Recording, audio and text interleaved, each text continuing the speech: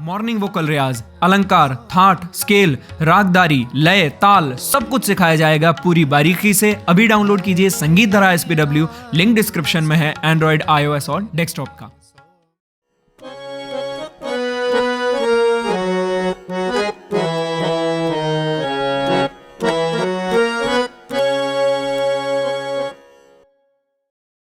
ये बहुत पुरानी बातें हैं।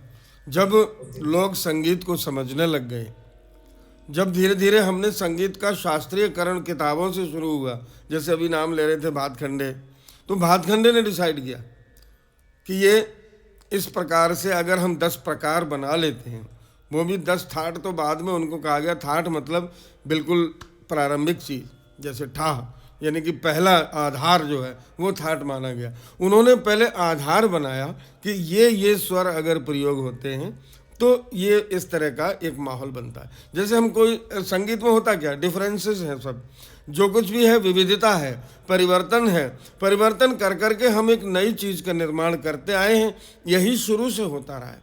तो जैसे ही पढ़े लिखे लोग आए, जब उससे पहले तो गुरुमुखी ज्ञान था, ये जब किताबों का, जब छापा खाना का आविष्कार हुआ, तब भातखंडे प्रथम उठ करके आए जिन्होंने इस तरह से इसको लिपिबद्ध किया।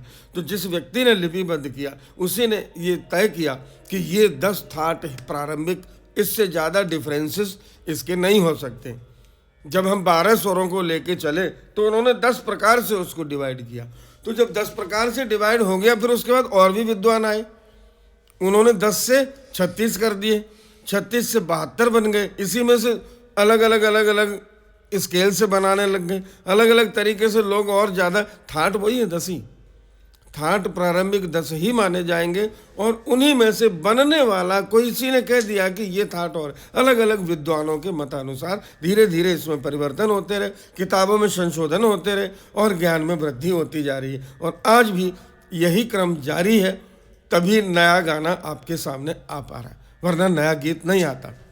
नया गीत अगर सुनना है तो परिवर्तन करना होगा, फिर से इन स्वरों को, थाटों को क्रम बदल के एक नया धुन बनाने की प्रक्रिया है। संगीत अनंत है, ये कभी भी ख़त्म नहीं होगा।